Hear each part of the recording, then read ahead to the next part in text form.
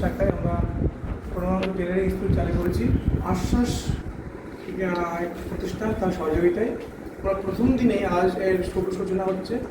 আজ 14ই মার্চ 2026 এবং আশ্বাস থেকে কলকাতা থেকে সমস্ত মাতৃমণ্ডলী মায়েরা এসছেন এবং আমাদের 4 জন মায়েরা এখানে পরিচালনা করছেন। এখানে আমাদের নদীমণি দিদিমণি আছেন, কল্পনা মা আছেন, তৃপ্তি মা, আমাদের শৈলী ম্যাম আমাদের স্কুলেরই প্রথম বললাম উনি সবাইকে নিয়ে এবং ইনারাই সমস্ত কিছু, আমি শুধু টাকাটা দিয়েছি, বাকি সব কিছু ওনারা কলকাতা থেকে এনে করেছেন এখানে এবং এই পুরো সহযোগিতা করেছেন আপনার আশ্বাসের এবং প্রথম যিনি যোগাযোগ করে দিয়েছে আমার সুজাতা মা, তারপরে আস্তে আস্তে আমার শাশুড়ি মাসের সবার সাথে পরিচয় হয়েছে এবং আমার ভীষণ আনন্দ হচ্ছে যে মায়েদের জন্য কিছু একটা হোক।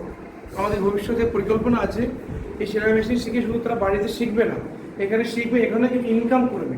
সেভাবে আমরা কথা বলেছি কলকাতাতে বিভিন্ন কয়েকটা ফ্যাক্টরি, ছোটো ফ্যাক্টরি, তারা কিছু কাটিং কাপড় এখানে দেবে, এভাবে কাটিংও করবে।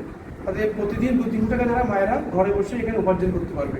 এটা আস্তে আস্তে আরও বাড়বে, এটা আমাদের ভবিষ্যৎ পরিকল্পনা আছে এবং এটা আমরা আজ থেকে এখানে শুরু করলাম। বাহ, খুব ভালো, খুব খুশি।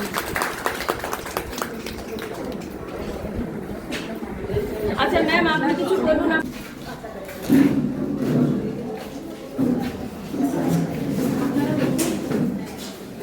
যখনই বলেছে হ্যাঁ আমি রাজি।